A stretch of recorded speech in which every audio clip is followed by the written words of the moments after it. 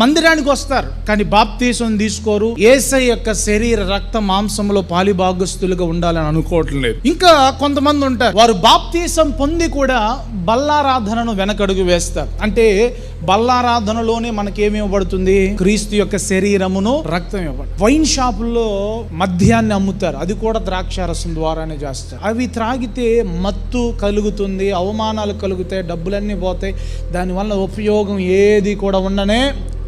కానీ యేసయ్య రక్తంగా పిలువబడుతున్న ద్రాక్షారసాన్ని నువ్వు త్రాగితే ఈ 5 లాభాలను దేవుడు ఇస్తున్నాడు. హల్లెలూయా.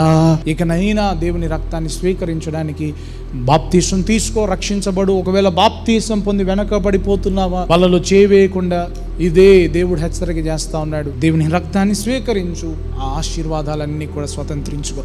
నా శరీరం తిని నా రక్తము త్రాగువాడే నిత్య జీవము గలవాడు, అంత్య దినమున నేను వానిని లేపుతున్నాను.